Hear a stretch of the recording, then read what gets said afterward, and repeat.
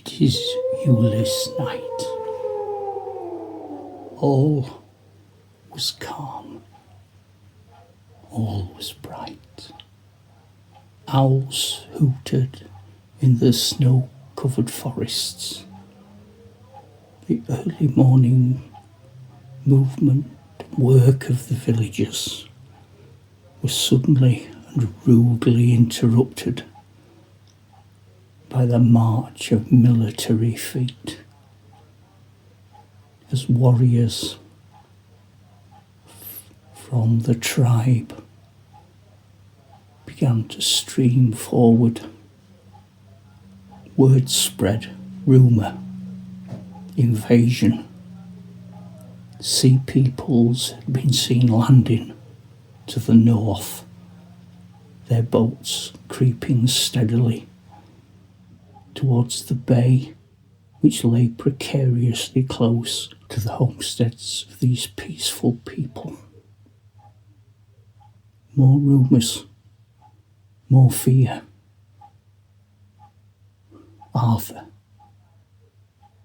the Romano-British king, imposing his will upon those they subjugated,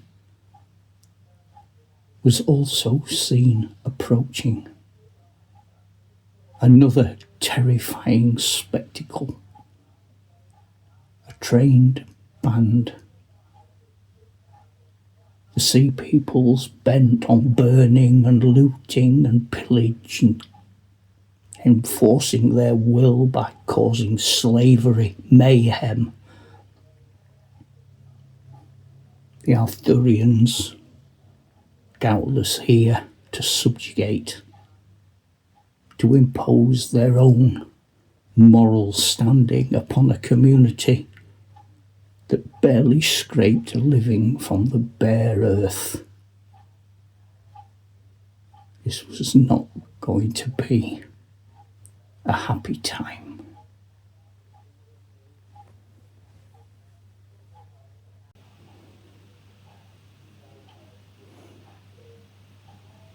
Oh, it's me, Galen. Yeah, it is.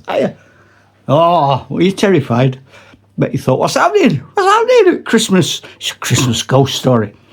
I'm doing a Dark Age battle, and it's going to be a three-way affair.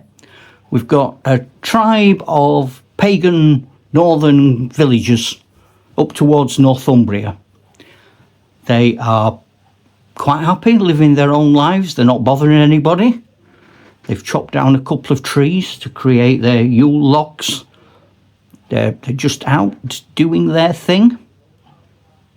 Suddenly, during the night, warriors begin to arrive. Warriors from the lands which would later form part of the Mercian kingdom, but at this time are ruled by Dark Age kings, often king in name only, and they are sort of north of the River Humber. The Arthurians are coming from the west. They have different missions, and I'm going to run through each bit and sort of let you have a look at what I'm doing and explain the game, and then in a next video I'm going to play the game. I think it would be too much to do it all in one go, so I'm doing it in two parts. And this, after a huge amount of thought and consultation and planning, we're going to call part one. And then we think, it's not final, but we think we're going to call the next part two. I don't know what to say. So this is the village. There are villagers in there, but they've sort of become a little bit swamped by all the warriors that are pouring in.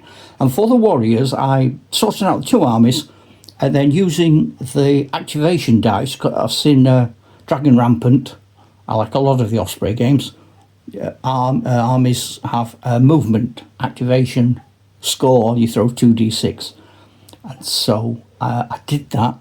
In actual fact, these warriors did better than the Arthurians and the Sea People, and there's a lot of them, which is just as well. So my story that I'm developing from that, because what I like to do is do things at random and then just talk through with myself about how might that have occurred. So I think they have scouts on the coast who saw the ships coming, and the Sea People are going to take a while to land their ships, get assembled, keep everything safe, and then perhaps scouts inland have spotted the Arthurian troops, because my army in games like Dux Britannicum and Dragon Rampant are the King Arthur and the Knights of the Round Table, but I've set it in the 7th, 8th centuries. It's not historical, so I can do what I like.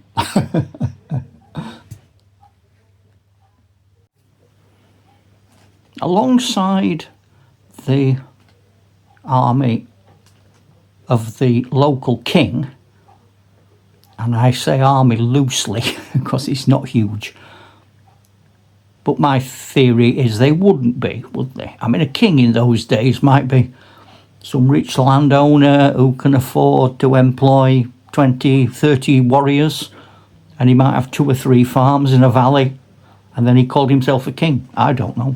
But anyway, that's what's happened.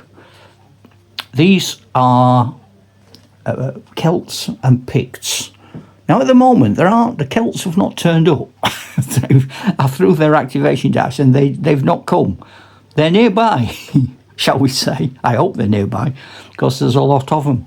So these are, we've got sort of 2 distinct groups of chaps.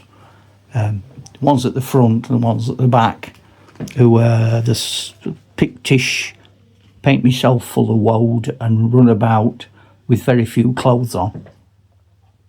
And then in the bottom left, we've got a large, it looks a large group, it's actually 2 groups of skirmishers, and also in there is a shamanic priestess. I'm going to turn around and show you her there, who is the sort of heroic character for one of the groups. Then there's a shrouded mystery wise man with a wolf's head, cowl, and there's also a druidess on the end.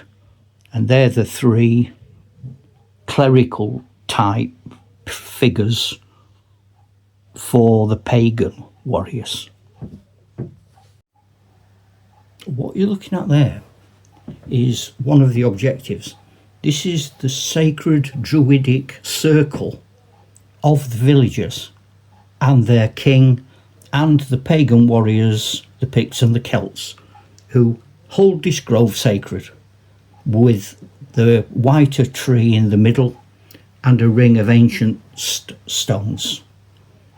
They are desperate to protect it, which is going to be hard because the Arthurian objective is to chop down the tree in the middle and replace it with a Christian cross.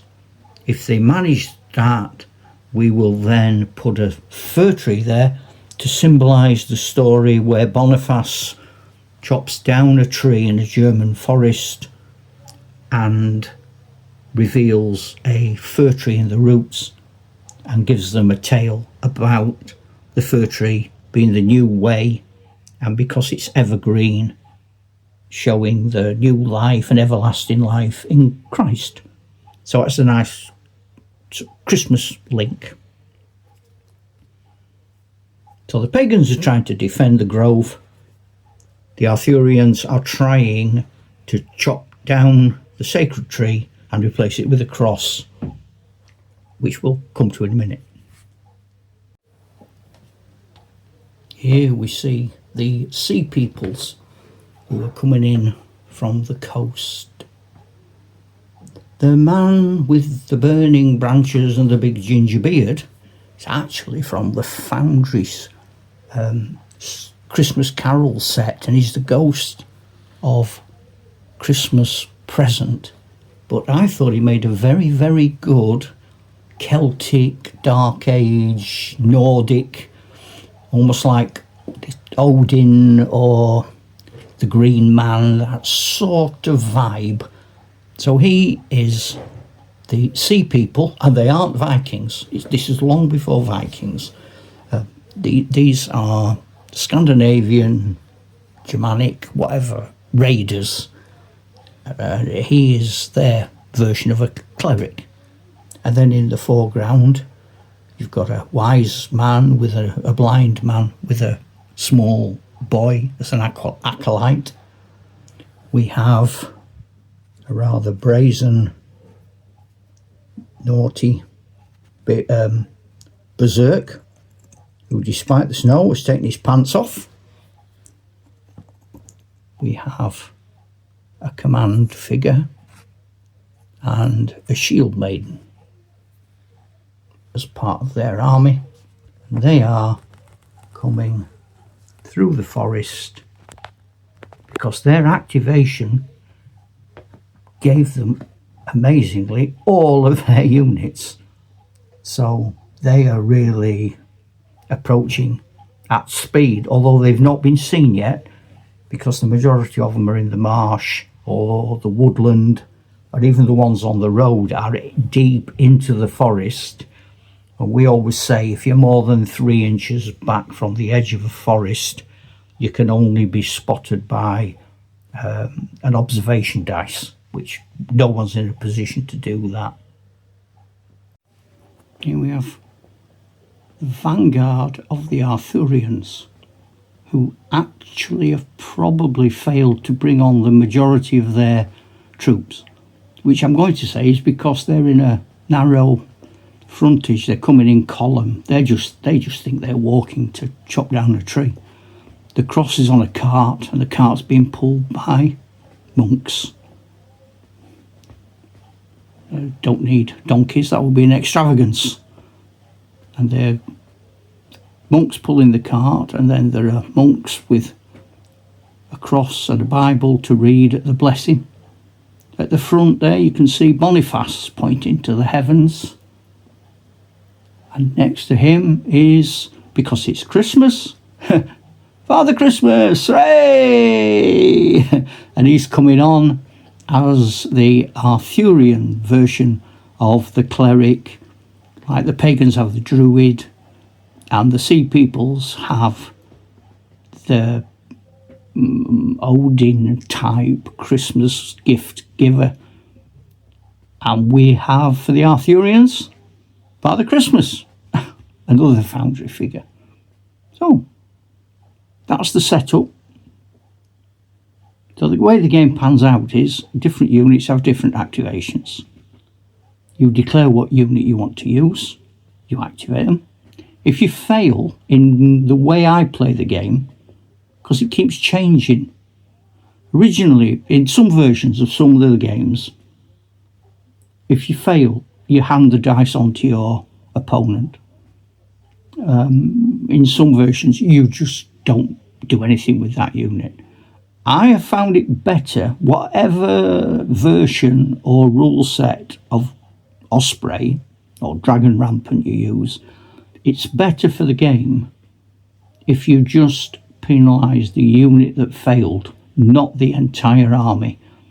Because you can be unlucky and just fail 2 or 3 turns and not do anything. And that's not really reflective of a skirmish game. So we don't do that. You can, and I think I will, simplify it even further, because if you play Dragon Rampant, you end up with quite a complicated sheet. Because solo games, I find it complicated to remember what I'm up to. And if you're playing with other people who don't know the game, you're constantly referring down the sheet. What's the activation for a move? What's the attack? What's the defense? What are the special rules? Do they have an uncontrolled charge? And it can get quite complex if you don't know the game. So I am going to simplify it right down. And I'm going to say each unit, each army is allowed one elite unit.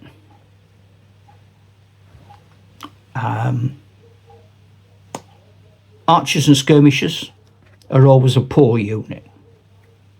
And everyone else, warrior-wise, is an average unit. And so to activate an elite unit, and to do damage with an elite unit, and to save troops in an elite unit, and to pass morale, your baseline is always a 4. So you throw 2d6, you need 4 or more. For ordinary average troops, they need 5s. And poor quality troops need a 6. And that's it. That's all I need to know. So if they're attacking, poor quality troops need 6s. If they're defending, they need 6s. If they're trying to save men, they need 6s. Elite troops need 4s. I now know the rules. There is one other little thing I'm going to throw in, but I'll do that when I play the game, and it's not dramatic, but I find it fun. So that's the setup, really. I hope that's enough, and I hope it's not too much. The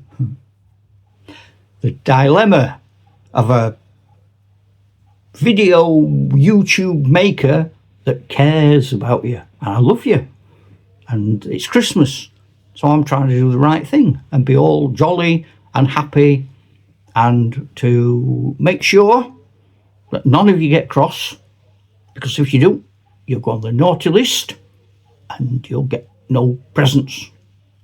Think on. Ho, ho, ho, Chuck!